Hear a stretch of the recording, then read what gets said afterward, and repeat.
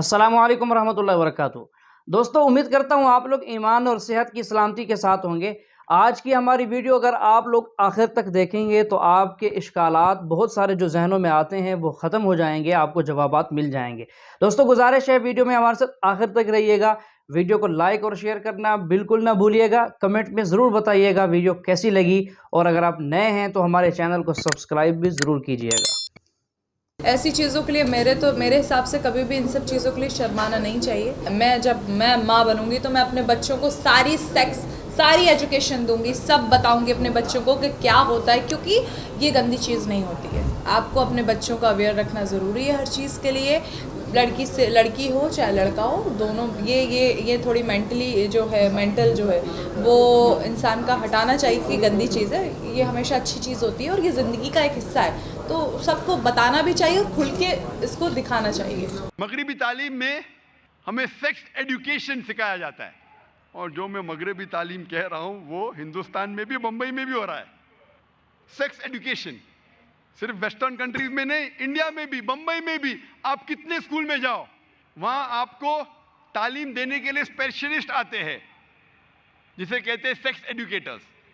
और कहते हैं बच्चों से स्कूल में, छठी के बच्चों से, 7वीं 8वीं 9वीं 10वीं, मगरबी मुमालिक में नहीं, बंबई शहर में कहते हैं कि आप कॉन्डम का इस्तेमाल करो वरना बीमार हो जाएंगे, बीमारी फैलेंगी।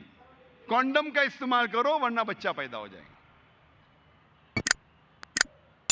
आप मगरबी मुल्क में जाएंगे तो होर्डिंग्स लगे हैं, condomise yourself, save yourself from AIDS. Condomise yourself मतलब एड्स से बचने के लिए कॉन्डम का इस्तेमाल करो। मगरबी मुल्क में तालीम ये देना चाहिए कि जिना मत करो, तो तालीम दे रहे, जिना का रास्ता दिखा रहे, करो लेकिन बीमारी से बचने के लिए कॉन्डम का इस्तेमाल करो। हमारे माशरे को क्या हुआ है? और अफसोस की बात है कि अब पेरेंट्स को बुलाया जाता है और एक भी पेरेंट अपना मुंह भी नहीं खोलता है। एक भी पेरेंट, वो पेरेंट को भी तालीम दी जाती है कि अपने बच्चों से कहो कि कॉन्डम का इस्तेमाल करो। और जब मैं तकरीर किया था 10 साल पहले, एक स्टैटिस्टिक्स है यूके का, सन 1999 का, 1999 का, और वो स्टैटिस्टिक्स ये कहता है कि अक्सर लड़कियां 19 साल होने के पहले 90% से ज्यादा लड़की they lose they virginity. Hindi में कहूंगा कि वो जिना करती है। 90% से ज्यादा लड़कियां 19 साल होने के पहले यूके में जिना करती है। और एक स्टैटिस्टिक जो चंद साल बाद का है कि यूएसए में 95% of the girls lose their virginity before they leave college. 95%, 95%। चंद साल पहले मेरे एक दोस्त थे जो डॉक्टर है, बंबई शहर में एक कॉन्फ्रेंस अटेंड कर रहे थे ऑन एड्स, और उस कॉन्फ्रेंस में कहा गया था कि बंबई शहर में 70% से ज्यादा, मोर देन 70% लड़कियां स्कूल से फारिग होने से पहले जिना करती है। मुझे यकीन नहीं हुआ कि बंबई शहर में, इंग्लैंड में हो सकता है, यूएसए में हो सकता है, बंबई शहर में मेडिकल कॉन्फ्रेंस ऑन एड्स 70% से ज्यादा लड़कियां they lose their virginity. Urdu में कहूंगा जिना करती है 70%। 10 लड़कियां जो स्कूल में जा रहे बंबई शहर में, 10 में से 7 जिना कर रही है। कान को यकीन नहीं होता। ये भी स्टैटिस्टिक्स से चंद साल पहले की। हम क्या सिखा रहे हैं हमारे बच्चों को? इसीलिए जब एक सर्वे किया गया था यूके में, इंग्लैंड में, सिंगल सेक्स स्कूल और कोएड स्कूल के दरमियान एक सर्वे हुआ था, स्टडीज, कि जो स्कूल में सिर्फ एक जिन्स के बच्चे पढ़ते, सिर्फ लड़कियां या सिर्फ लड़के, और दूसरी जगह कोएड स्कूल, लड़के लड़कियां साथ में पढ़ती है।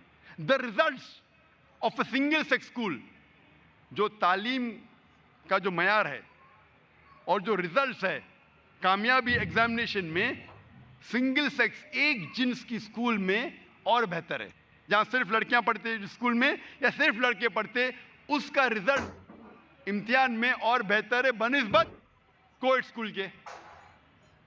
क्योंकि कोएड स्कूल में बच्चे एक दूसरे से कंपटीशन लगाते कि कैसे अपने ऑपोजिट सेक्स में हीरो या हीरोइन बने, कैसे मुतासिर करे अपने दूसरे जिन्स को। लड़का लड़की को मुतासिर करना चाहता है और लड़की लड़के को। इसीलिए यूके गवर्नमेंट सोच रही थी कि हम और सिंगल सेक्स स्कूल खोले, एक जिन्स की स्कूल खोले। इस्लाम की तरफ आ रहे। ये थी मगरबी तालीम। मैं मिसाल दूंगा अभी ईसाई स्कूल के बारे में।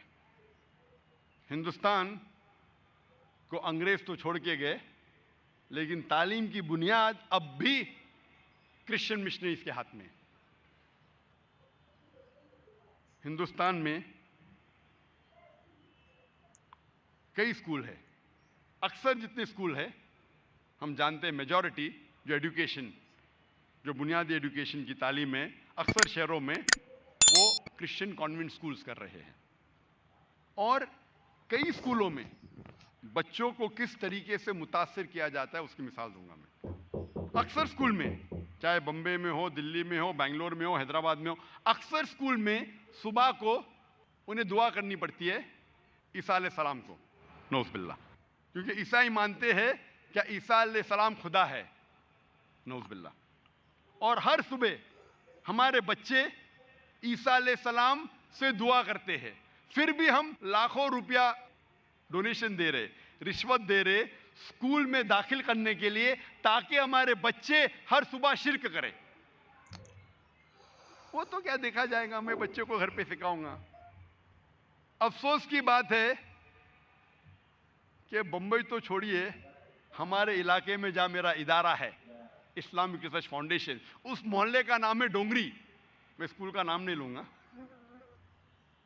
डोंगरी में एक मुसलमान की स्कूल है जहां बच्चे 95% से ज्यादा, 95% से ज्यादा मुस्लिम पढ़ते हैं, मैनेजमेंट मुस्लिम।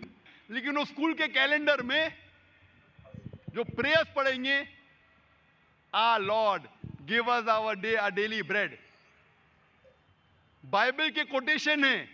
ईसा अलैहिस्सलाम से नौज़ुबिल्लाह कह रहे हैं कि वो हमारा रब है और उससे दुआ कर रहे हैं।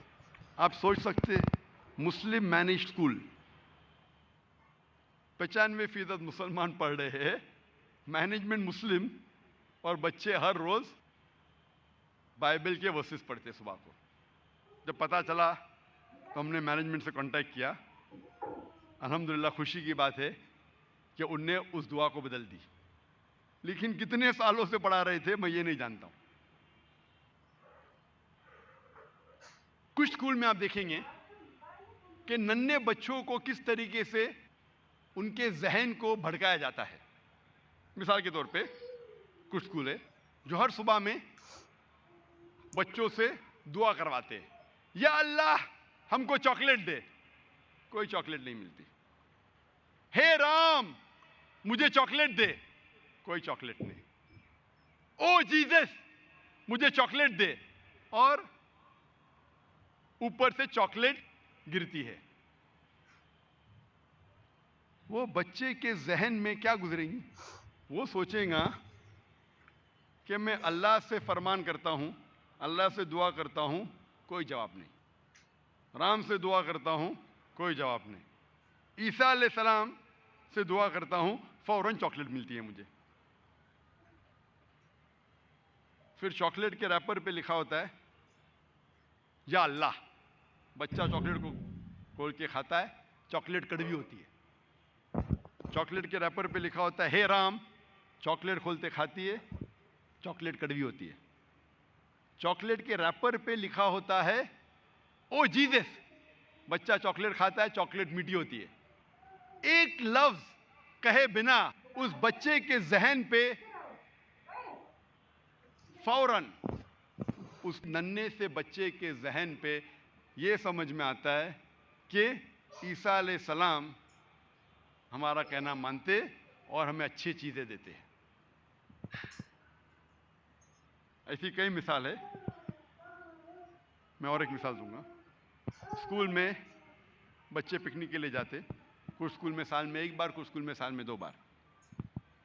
जब पिकनिक पे जाते तो बस खराब हो जाती है, तो टीचर कहती है अभी दुआ करो कि बस अच्छी हो जाए। बोलो बच्चों, या अल्लाह बस शुरू हो जाए। तो या अल्लाह बोलते, इग्निशन देता है ड्राइवर, बस नहीं शुरू होती। हे राम बस को ठीक कर दे, इग्निशन देता है ड्राइवर, बस सीधी नहीं होती। ओ जीसस बस को ठीक कर दे, और बस ठीक हो जाती, कर शुरू हो जाती है।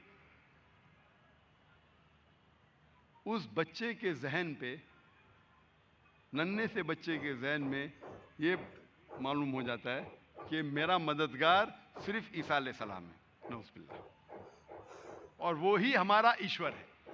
वालिदैन का फर्ज है कि अपने बच्चों को सही तालीम दे और सही तरबियत दे।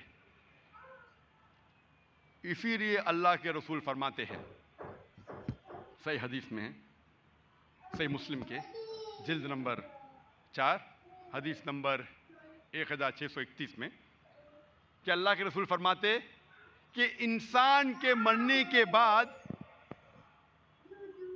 उसके सारे अच्छे अमाल खत्म हो जाते सिवाय 3 चीज के। नंबर 1, सदका जारिया, ऐसा सदका करो जो हमेशा के लिए जारी रहे। दूसरा, इल्मुन नाफिया, ऐसा इल्म जो लोगों को फायदा पहुंचाए। और तीसरा, वलदुन सालिह, नेक औलाद जो वालिदैन के लिए दुआ करते हैं। तो इंसान के मरने के बाद उसके सारे अच्छे अमाल का जो अकाउंट रहता है वो बंद हो जाता है सिर्फ 3 चीज के। एक है सदके जारिया, दूसरा इल्म नाफिया जो इल्म से लोगों को फायदा हो रहा है, और तीसरा वलदुन सालिह में अच्छे नेक औलाद जो वालिदैन के लिए दुआ करते हैं। तो अगर आप अपने बच्चों को सही तालीम दे, अपने रब की तरफ ले जाए, इंशाअल्लाह वो आपकी जन्नत का रास्ता बन सकते हैं।